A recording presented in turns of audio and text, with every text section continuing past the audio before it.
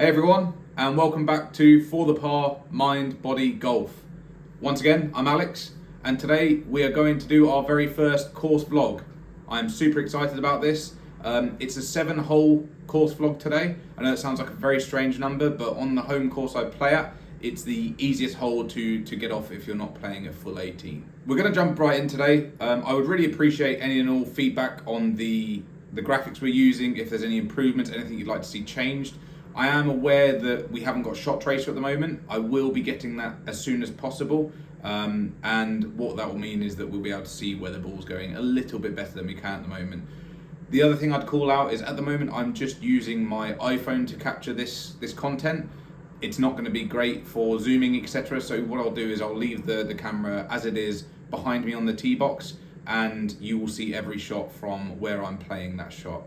I'll try and give an indication when I'm going through and voicing over this as to where it's gone, what the miss might have been, and if there's anything I would change from how I took that shot. But we'll get into that as the game progresses. So let's just jump into it on the first hole here. Right, first hole. We have a par 4. It's 283 yards.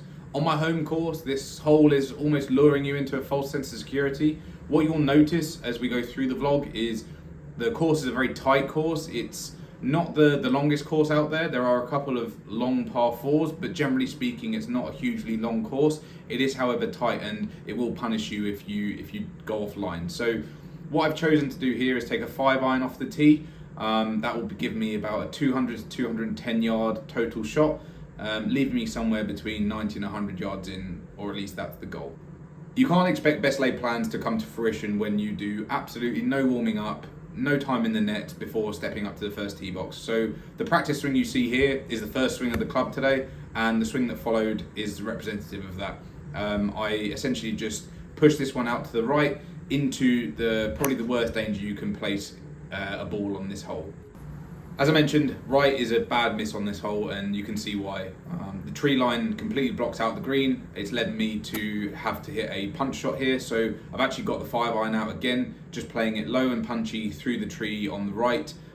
If I end up in the bunker, it's not the end of the world, but preferably I want to either end short or just to the left of the bunker, and in this case that's exactly what happened, which is great. So we've scrambled reasonably well thus far.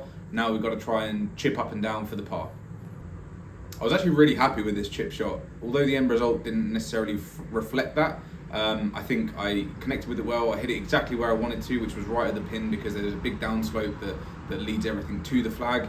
It just came up about 10-15 yards short, which is 10-15 feet short. If it was 15 yards short, I would still be in the bunker. 10-15 foot short, leaving me quite a long putt for a 1-putt par, but let's see how we get on. After what was a reasonably good chip, I hit possibly one of the worst putts I've hit all year. Short, left, pulley, it was everything wrong with a putt. Again, no practice on the putting green, it is just raw, first putt of the day. These things happen. It leaves me with probably 3-4 foot for a tidy up bogey, which on this occasion unfortunately I slot in. So we're 1 up through 1, which is not what we wanted, but it's what we got. Let's get on to hole number 2. Okay, hole 2 is an interesting hole off the back tees. So we're playing white tees today, which is the back tees at my home course. Plays at about 416 yards.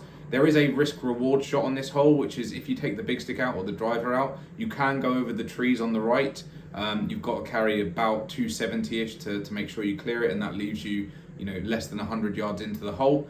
But it is a risk reward shot. So on this occasion I'm hitting a 3-wood.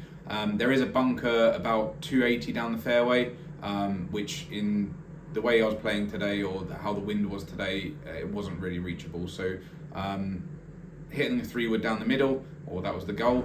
And in this situation, that is absolutely what happened. I striped this one straight down the middle, in between the bunker on the left and the trees on the right, which I was super pleased with.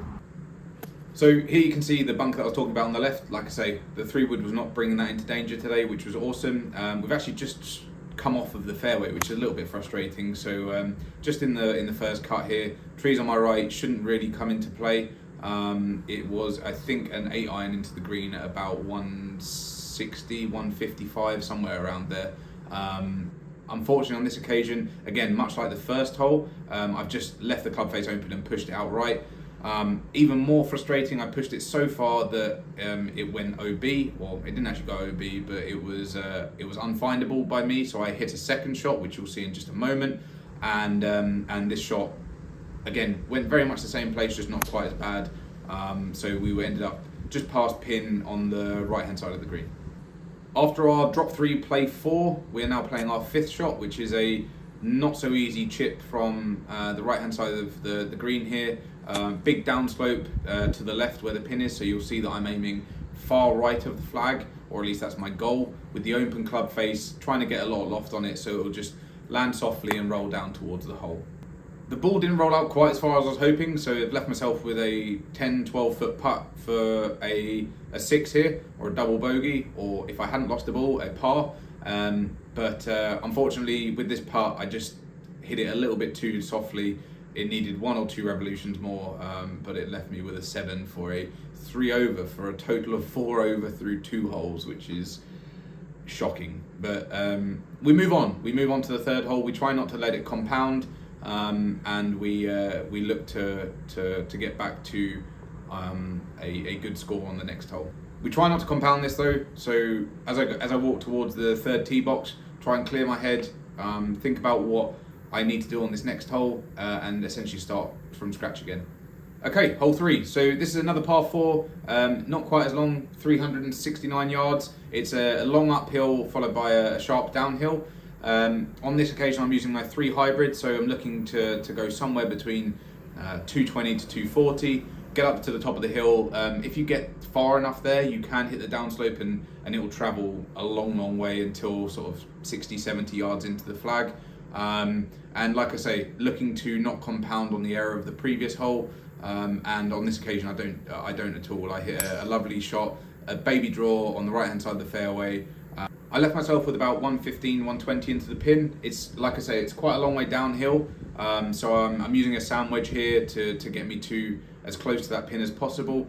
Everything on the green funnels towards the middle on both sides, so if I miss slightly left or slightly right, it's not the end of the world. On this occasion, I hit to the right, and I catch the downslope lovely, leaving myself less than 2 or 3 foot for my birdie putt. So as I mentioned, I played a really lovely sand wedge into the hole, leaving myself about a 2-3 foot putt.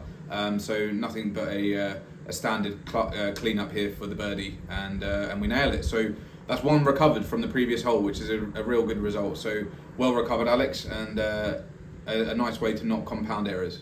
First par 3 of the day, hole 4, and we find ourselves on 3 over par. So we are playing bogey golf at the minute, ladies and gentlemen. Not the end of the world, it is just a practice round, but I wanted to share it with you, warts and all, today. This par 3 has a big body of water to the left of the green, with everything funneling off to the left if you end up short or left of the flag. So you need to be careful of that. There is a pot bunker on the right and a pot bunker on the back left. So it's a very well protected green. It's actually not a very high stroke index hole. I think partly due to the distance. It's only a 173 par 3, but it goes to show what some of the difficulty on the other holes on this course happen to be. So I've got a 7-iron here, hoping to just hit the middle of the green. It is a 2-tiered green. Either of the tiers is fine. I would always rather not be above the flag if I can get away with it. On this occasion, I do neither of those things. I once again hit this horrible push iron shot that leaves me wayward on the right hand side with nothing but a very difficult chip to get anywhere near the hole. This is that very difficult chip I mentioned. It's a very fluffy lie, which is, I guess, a good thing. Still need to get that club face in because I need to get height on it so the ball will hopefully stop as quickly as possible. But we are dealing with a flag on the bottom tier, where I'm not going to be able to stop it at the flag. I'll need to be landing on the ridge or at the top tier and letting it roll down, which on this occasion I do, still leaving myself about an 8-foot putt for par under the flag, which is great, but no easy feat for any golfer. I had a really good read on the putt. Unfortunately, I just hit it with a bit too much venom, so I missed it on the top side and had to just tidy up for yet another bogey. So we are up to 4 over as we go on to hole 5.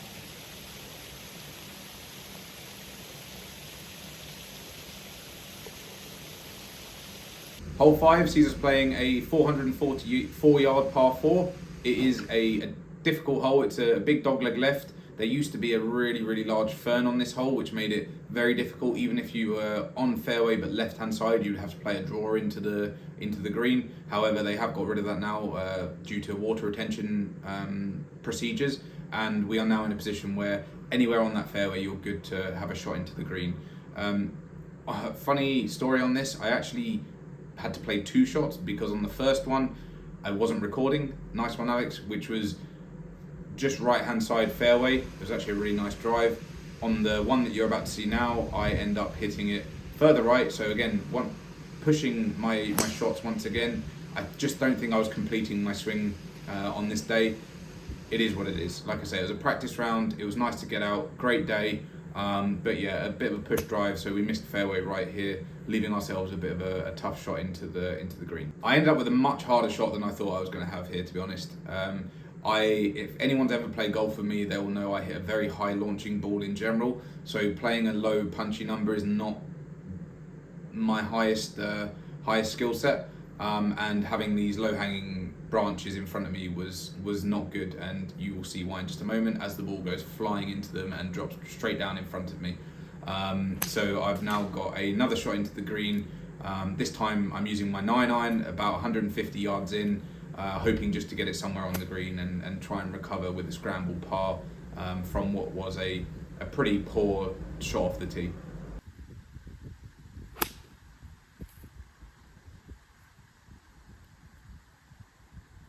We got onto the green. It is a long putt though. We're probably looking at about a 30-foot putt here for a par save. And unfortunately, I just don't have the legs on it. It went low of the hole, left me about 3 foot for a tidy up. And yeah, we tied that up for a 5. Once again, playing bogey golf. So we are 5 over through 5 onto the 6th, which is once again a very difficult hole. In fact, the hardest hole according to the scorecard on the entire course. So let's go get it. 466 yards, stroke index 1, par 4. I have my driver out again. I'm hoping to play a high cut. This is a dogleg right on this hole, and anywhere down the middle to left hand side of the fairway, you're going to have a fairly clear shot in. If you can carry it far enough and play a fade, it leaves you somewhere between 170, 150 yards into the hole, which is ideal territory for anyone trying to get a par on this hole.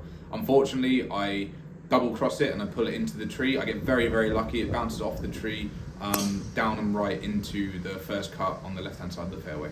I've got about 230 left into the hole here. I've got my 3 hybrid in hand. However, I have got a awful lie.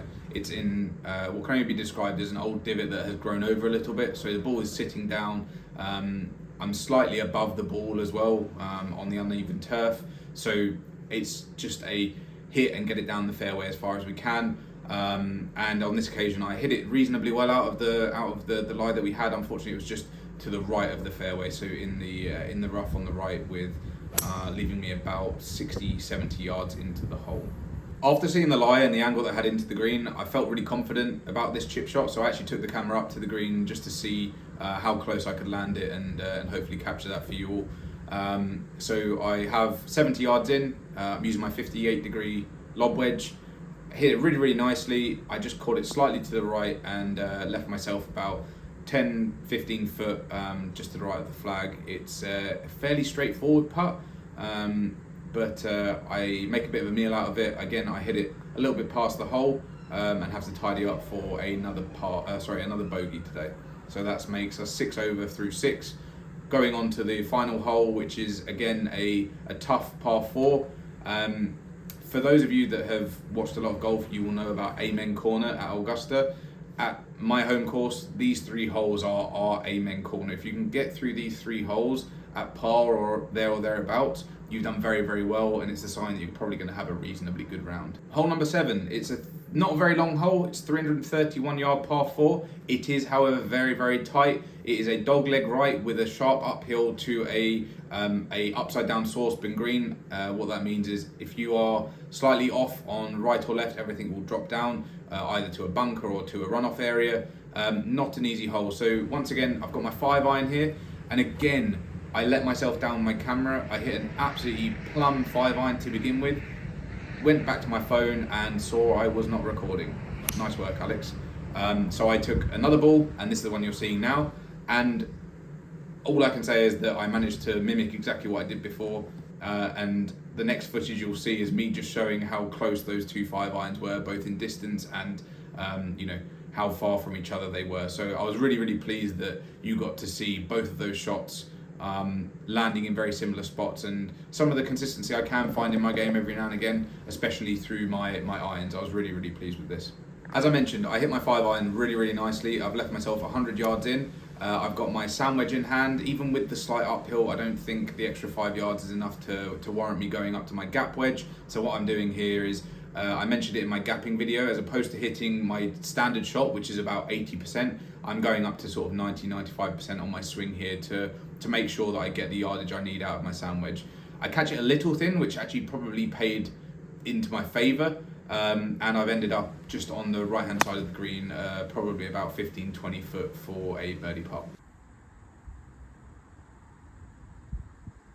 As seems to have been the theme on this round, I just overhit it slightly, and it stayed at the top of the hole and just rolled past to about a foot, and tidy up for a par. So overall, I was 6 over through 7, not the golf I expect or want to be playing. But as I promised you all with this channel, this is going to be a warts and all experience. It's not going to just be the best shots I play, me shooting level par off of a 5 handicap all the time. It's going to be absolutely everything that goes into me reaching my personal par. So that was the end of the course vlog.